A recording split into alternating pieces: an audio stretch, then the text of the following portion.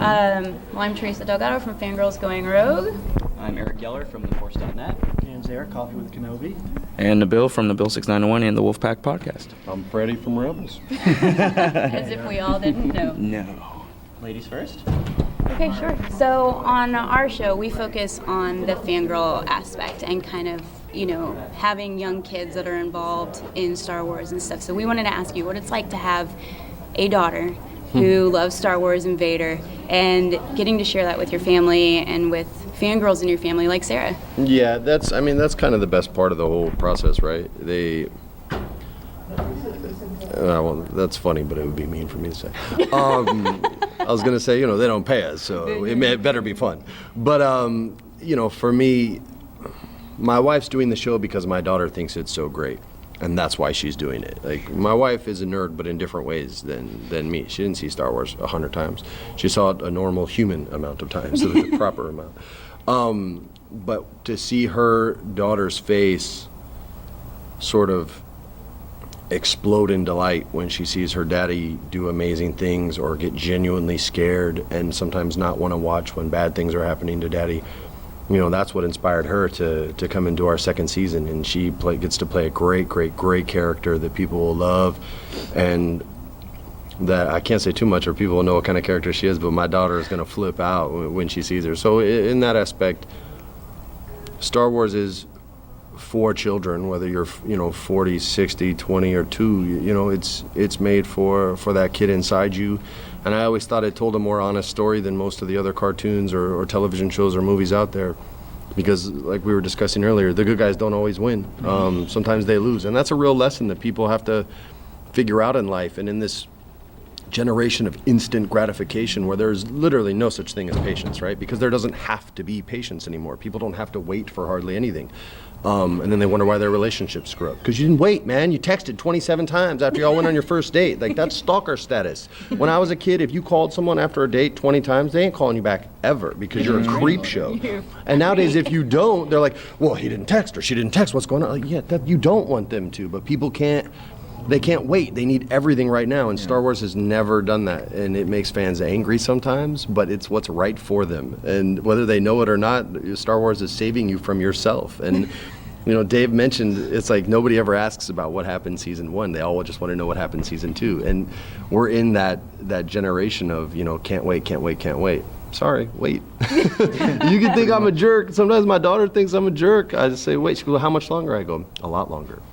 Well, and she asks again, I say, now I've added time to it. Now you're going to wait even more than necessary. It was an hour, and I'm adding an hour. And it makes her nuts. She goes bananas, and her friends would never even fathom that concept because their parents wouldn't do it to them, you know what I mean? Because they're a part of the not waiting anymore either. So that's what I've always loved about Star Wars. Our show does it too. You don't know everything about our characters at the end of season 1. You know that they had a small victory in the grand scheme of things, and now they're in some trouble. And that's the long-winded version of the answer. Now, I've had to be short-winded this whole day, so you guys are getting the long-winded versions. One of the things I was curious about is, in the original trilogy, we don't really see how the Rebels treat Luke as like a Jedi or as a symbol of the Jedi. Well, now, Freddie, you're playing a character who is meeting up with a larger group of Rebels who is actually from the Order, not just, trained by someone from it like Luke. Can you say anything about how these new rebels that you're meeting treat Kanan, given what he represents and where he was and what he's done? I can answer some of it. Kanan doesn't like governments. Kanan doesn't like politics. And he certainly doesn't like clones, based off his history. So what they were doing, I think, was something that you have to remember. Hera was the only one who knew they were a part of something bigger. And I think Kanan is a creature of habit, like most men in their late 20s. That refuse to change and then figure it out in their mid-30s. Oh, that's why chicks hate me. But I think he's not in a place where he's ready to compromise yet. He is not a full-blown Jedi master who would understand how to negotiate through the sort of political world of war. And, yeah, you'll get hooked up, don't you? You got good people here. They got love for you. But I think he's in a position where he's going to be working with people that he does not like, working with people that he does not respect, then he's going to put them in a position where you have to earn it. And if you're not willing to earn it, then, not that a Jedi would say this, but F you.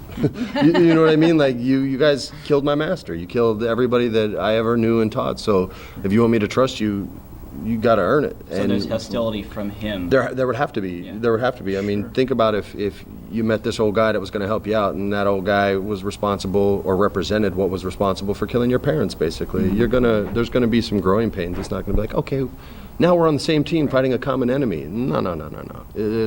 There's trust issues there. There's programming issues there that Dave even discussed about chips and heads and things like that. So how can you trust somebody who's not programmed to be trustworthy? So, whether they say they're not programmed anymore or not, how's he going to believe that? Why would he believe that? So I think Ahsoka will play a major part without giving too much away as far as letting him know who he can trust and who he can't. And he'll have a very special respect for Ahsoka as well. You'll see their partnership and their relationship grow quickly. As far as what he thinks of her and how she feels about him. Very cool. All right, well, I know we're not spoiler guys at all, but I want to talk about your background in storytelling and just, what you know about mythology and your passion as a fan. So let's talk about the etymology of the name Kanan and how you see that name contributing to Kanan's journey. I mean, this is something that was brought up recently, and I haven't applied any of it to my performance as far as the meaning of the name, and we spent some time speaking about that today. That's more what the creators of the show are doing, and they're finding that the name that sounds wonderful and not, like, why would I follow that guy? Like John McClane was a great name. If it was John Johnson, you're like, no, I'm not watching Die Hard 1, let alone 2, 3, or 4, or 5, or 6, or whatever they made. So that's more from the writer and the writers or creator of a show. For me, the name it doesn't have the importance that maybe fans want it to have for me, because he's a lot more than that. Like when we first talked about the character and I did research, the last thing that I would check is, I wonder why he changed his name, or I wonder, where this name came from. For me, it was all about Depa and that moment and how he deals with something that's horrible, something that victimized him, and then, because he's a kid still in a lot of ways, something that he feels shame about because he feels partially responsible. And I think you get a touch of that in the interrogation scene with Jason Isaacs. But you don't get a full sense of it until season 2, and he'll have a moment where he kind of lets it all out after he's had to deal with a tenuous relationship with Rex. I don't think I'm giving away too much by saying that, but you'll see they don't see eye to eye on much. And Rex, God bless him, he knows what he represents to this kid. And I think you guys will see a very compassionate and open-hearted Rex, much more so than the stoic sort of centurion soldier type that he was from Clone Wars, with the awesome blue shoulder piece. But you'll see a more grandfather. A grandfather doesn't take any crap, and it won't take it from Kanan either, but a broader view of the Outer Rim, as opposed to this sort of myopic, Jedi rebel view that Kanan's in, which is, survive, attack, survive, attack, survive, attack. Rex is older, wiser. He wants to know more about the reason why you fight. War only serves itself. He's at that point in his life, and Kanan's just not there. So it's not so much the name that helps me shape who this guy is, so much as it is the history, because that's how real life sort of shapes us. I'm the kind of guy I am because of the people that I lost, the people that I found, the people who inspired me to do right, the people who, whether they were doing wrong or right? You learn what not to do sometimes by admiring people, because you see how their life ends up, and you're like, ooh, I admired that guy. Let's make sure we don't do that again. You know what I mean? So, that's more what shapes a character for me. At least that's how I personally create one. You have good and bad teachers and mentors, whether they want to be or not, basically. Well, yeah, I mean, they say in martial arts, they say there's no bad teachers, there's only bad students, but I never agreed with that. There's the opposite is there's no bad students, but there's only bad teachers. I don't agree with that either. It takes an equal amount of effort from two people to make anything work when there's a partnership involved, whether that's Ezra and Kanan or Hera and Kanan, whether it's love, friendship, brothers, or teacher-student relationships. So, I learned from, my Uncle Jim a lot of stuff that sort of taught me how to be a man, and I saw him do a lot of stuff that I would never do ever. And that wasn't a lesson that he intended, but it's still a lesson learned, and you'll see a lot of that in season 2, especially between Kanan and Rex. Their relationship, season 2, I think, is a very dominant presence over the first half of our season anyway. And it's sort of what helps open that door into what makes Kanan tick, and a lot of into what makes Rex tick for people who aren't familiar with it enough yet, and for people who are familiar with him, they sort of get to see his perspective on the Clone Wars now as a senior citizen, basically, right? Yeah. While they're getting, early bird dinners and stuff and trying to be alone and away from everybody, and all of a sudden these kids come and they say, Ahsoka sent us. Yeah. Right. What's he supposed to do with that? Yeah, exactly. He could be Clint Eastwood or he could be Jack Lemmon. You don't know which way he's going to go. And I think he's representative of Clint, and his heart and soul is much more Jack Lemmon in this form of Rex. Dee may have a different opinion, but as far as my experiences and my character with him, that's what I really pulled from his performance, which makes it harder for Kanan to attack him, right? Because he's not being a jerk. And it's that constant, every time I test him with something and he passes that test, he earns a little bit more. I don't think Kanan's going to, and you'll see in the performance, he doesn't give it up right away. It's not like we do one episode and it's the Cosby Show and at the end all the problems are worked out. This is actively going on even right now as we're still recording. But in the beginning, that's definitely what the relationship is. All right, so now that you've voiced Kanan for a while, right? Do you feel like you've embodied him to the point where you know what his purpose is in his day-to-day life as well as being a part of the Ghost Crew?